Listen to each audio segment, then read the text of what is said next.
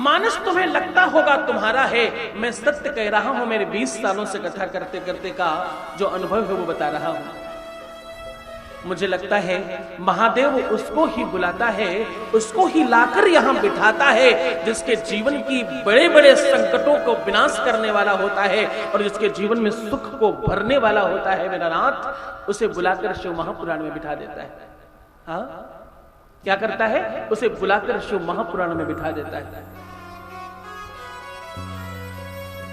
तुम जब कोई शुभ कार्य करते हो तो तुम्हें जीवन में सुख मिलता है, जब तुम कोई अशुभ कार्य करते हो तो तुम्हें जीवन में दुख मिलता है। और कौन दुखी नहीं है? कौन ऐसा है जो दुखी नहीं है? और कौन ऐसा है जिसके जीवन में किसी भी प्रकार का कोई संकट नहीं है? बहुत गौर से सुनना।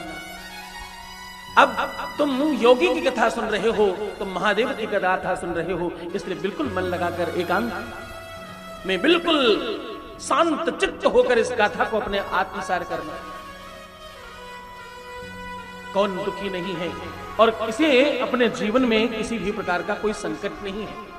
कौन है जिसे किसी भी प्रकार का कोई कष्ट नहीं है? हाँ,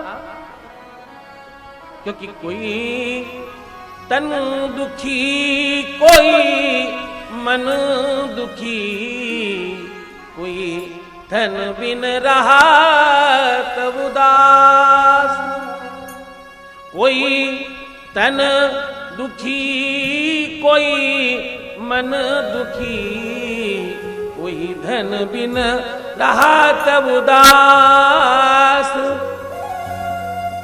थोड़े थोड़े सब दुखी, सुखी राम के दास। परमात्मा के जो भक्त हैं वही सुखी हैं। शिव महापुराण प्रारंभ करने के पहले तुम्हें यह सब बात जाननी बहुत आवश्यक है। दुख का फल तुम्हारे अपने संकटों से वापस आता है। मैं सीधे कहूं तो तुमने किसी भी प्रकार का कोई पाप ताप किया हो तो उसका फल है कि तुम्हें दुख मिलता है। क्या दुख जीवन में आता कैसे है? दुख आता है तुम्हारे किसी भी कर्म के फल से। अगर तुमने कोई अशुभ कार्य किया तो उसका फल है कि तुम्हें दुख मिलेगा। तुमने कोई शुभ कार्य किया तो उसका फल है कि तुम्हें सुख प्राप्त होगा। हाँ, शिव महापुराण कहती है जीवन में अगर तुमसे जाने अनजाने भी किसी भी प्रकार का कोई पाप हो रहा है, ऐसा तो कोई ही, एक तरफ मैं तुम्हें कह रहा हूं ऐसा कौन है जिसके जीवन में दुख नहीं, और दूसरी तरफ मैं तुम्हें कह रहा हूं ऐसा कौन है जिसके जीवन में किसी भी प्रकार का पाप नहीं हो रहा। गौर से सुनना।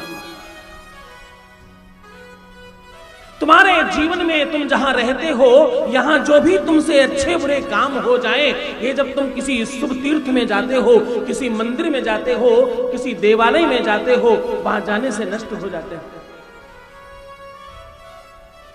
क्योंकि अन्न क्षेत्रे कृतं पापम पुण्य क्षेत्रे विनश्यति, पुण्य क्षेत्रे कृतं पापं वज्रलेपो भविष्यति।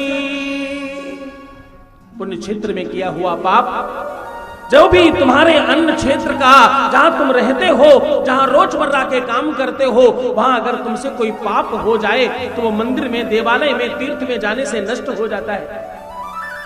लेकिन अगर कोई तीर्थ में पाप हो जाए तो वो विश्व के किसी भी कोने में जाने से नष्ट नहीं होता।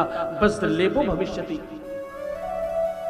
और उस पाप का फल है कि तुम्हारे जीवन में पितृदोष, वंशदोष और नैसर्गिक दोष बनते हैं। तुम्हारे जीवन में नाना प्रकार के दोष उत्पन्न होते हैं और तुम्हारा वंश और कुटुंब दुखी हो जाता है।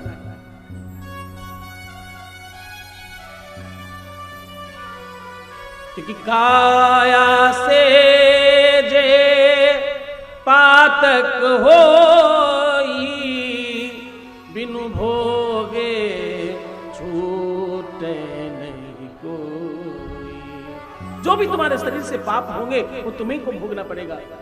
अवश्यमेव भोक्तव्यम कृतकर्म शुभाशुभम। शुभ और अशुभ कर्मों का फल हर किसी को प्राप्त होता है। अब सारी चीजों का सार बता रहा हूं। तुमने अन्य क्षेत्र में पाप किया, पुण्य क्षेत्र में जाने से नष्ट हो जाता है। लेकिन पुण्य क्षेत्र में पाप किया वो कहीं भी जाने से नष्ट नहीं होता। शिव महापुराण यहीं से प्रारंभ होती है कि जो भी पाप कहीं भी जाने से नष्ट नहीं होते, जो भी पाप तुम्हारे जीवन में संकटों को जन्म देते हैं, वो सारे के सारे पाप शिव महापुराण में आने भर से नष्ट हो जाते हैं और समूल विनाश हो जाते हैं।